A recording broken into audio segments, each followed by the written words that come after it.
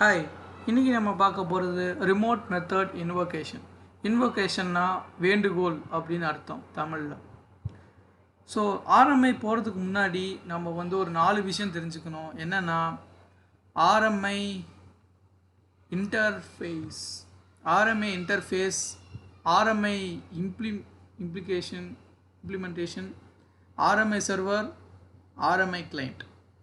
ஆர்எம்ஐ interface, இந்த RMI interface எதுக்குன்னா server ஒரு ஆப்ஜெக்ட் கிரியேட் பண்ணிடும். ஓகேவா? அதனால தான் இந்த ப்ராக்கெட்குள்ளே ஒரே ஒரு லைன் கொடுத்துருப்போம். சர்வர் கிரியேட் பண்ணுற ஆப்ஜெக்ட் தான் இந்த இன்டர்ஃபேஸ். ஆர்எம்ஐ இம்ப்ளிமெண்டேஷனில் நீங்கள் என்ன கோடு பண்ண நினைக்கிறீங்களோ அதோட லாஜிக் எழுதணும். லாஜிக். ஸோ இந்த லாஜிக் என்னென்னா ஃபேக்டோரியலுக்கான லாஜிக்கு. அதை இம்ப்ளிமெண்டேஷனில் போட்டிருக்கிறேன். ஆர்எம்ஐ ஐஎம்பி அப்படின்னு நான் ஃபைல் சேவ் பண்ணியிருக்கிறேன். ஓகேவா? அடுத்தது ஆர்எம்ஐ சர்வர். ஆர்எம்ஐ சர்வரில் என்ன பண்ணணும்னா ட்ரை பிளாக்கில் ஆர்எம்ஐ இம்ப்ளிமெண்டேஷனை நம்ம கொடுத்துருக்குறோம்ல. அப்போது ஆர்எம்ஐ இம்ப்ளிமெண்டேஷனும் ஆர்எம்ஐ சர்வரையும் கனெக்ட் பண்ணிடுறோம். ஆர்எம்ஐ இம்ப்ளிமெண்டேஷன் பார்த்தீங்கன்னா அது ஆர்ஐ இம்ப்ளிமெண்ட்ஸ் ஆர்எம்ஐ இன்ட்டு. என்னென்னா சர்வர் ஒரு ரெக்வஸ்ட் கொடுக்கும். ஓகேங்களா? ஆர்எம்ஐ இம்ப்ளிமெண்டேஷனில் இருக்குது, அந்த கோடு ரெக்வஸ்ட் கொடுத்துருச்சா, அதுக்கப்புறமேட்டு நம்ம ஏற்கனவே க்ரியேட் பண்ண இந்த ஆர்எம்ஐ ஐஎன்டி, ஓகேங்களா, அதுதான் இன்டர்ஃபேஸாக ஆக்ட் ஆகும். இதை நம்ம கோடு பண்ணும்போது பார்ப்போம். ஆர்எம்ஐ கிளைண்ட்டில் தான் நமக்கு என்ன இன்புட் வேணுமோ ஆர்எம்ஐ கிளைண்ட்டில் நம்ம கொடுப்போம். கிளைண்ட்டு கேட்பார், சர்வர் இன்டர்மீடியேட்டை மூலமாக, அதாவது இன்டர்ஃபேஸ் மூலமாக கிளைண்ட்டுக்கு தேவையான எல்லா மெசேஜும் அனுப்புவாங்க.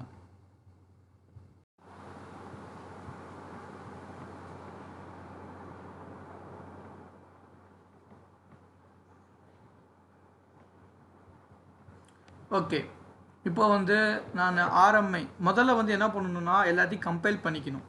என்னென்ன இருக்குது அப்படின்னா அதை நம்ம கம்பைல் பண்ணிக்கலாம். ஜாவா சி ஆர்எம்ஐ ஃபஸ்ட்டு இன்டர்ஃபேஸை நம்ம கம்பைல் பண்ணிக்கலாம்.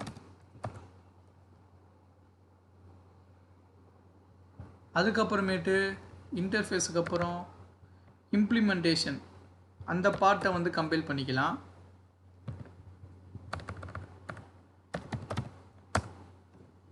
இது ரெண்டையும் கம்பைல் பண்ணுறதுக்கப்புறம் சர்வரை கம்பைல் பண்ணுவோம்.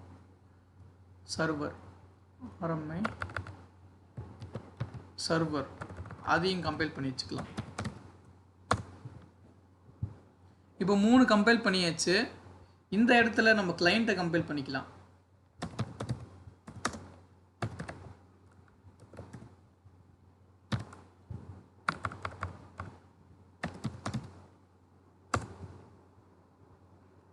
ஸோ ஆர்எம்ஐ கிளைண்ட்டை கனெக்ட் பண்ணியாச்சு. அதுக்கப்புறமேட்டு என்ன பண்ணணும்னா அதுக்கப்புறம் ஸ்டார்ட் ஆர்எம்ஐ ரெஜிஸ்ட்ரி அப்படின்னு ஒரு கமாண்ட் இருக்குது. ஸ்டார்ட் ஆர்எம்ஐ REGISTR ரெஜிஸ்ட்ரி, இந்த கமாண்டை எக்ஸிக்யூட் பண்ணுவோம். இப்போது கிரியேட் ஆகிருக்கு பார்த்தீங்களா, இந்த EXE ஃபோல்டர் தான் நான் சொன்னது. இது ரெண்டுத்துக்கும் இன்டர்மீடியேட்டாக இருக்குது பார்த்தீங்களா. இந்த சர்வரில் கொடுக்கறது இந்த ஆப்ஜெக்ட்டுக்கு போய்ட்டு அதுக்கப்புறம் தான் கிளைண்ட்டுக்கு போவோம். ஸோ இதை நான் மினிமைஸ் பண்ணிக்கிறேன் இப்போதைக்கு. இப்போ சர்வரை ரன் பண்ணுவோம். ஜாவா ஆர்எம்ஐ சர்வர் ரன் பண்ணிட்டேன். அடுத்தது கிளைண்ட் சைட் போயிட்டு ஆர்எம்ஐ கிளைண்ட்டை ரன் பண்ணுவோம். 120 நம்ம கிளைண்ட் சைடில் என்ன நம்பர் கொடுத்துருந்தோம்? Factorial of 5. ஃபேக்டோரியல் ஆஃப் 5 என்ன? 120. இம்ப்ளிமெண்டேஷன் பார்ட் சர்வர் சைடில் தான் இருக்குது. நம்ம ஏற்கனவே பார்த்தோம். இந்த கோடை பார்த்தா உங்களுக்கு தெரியும்.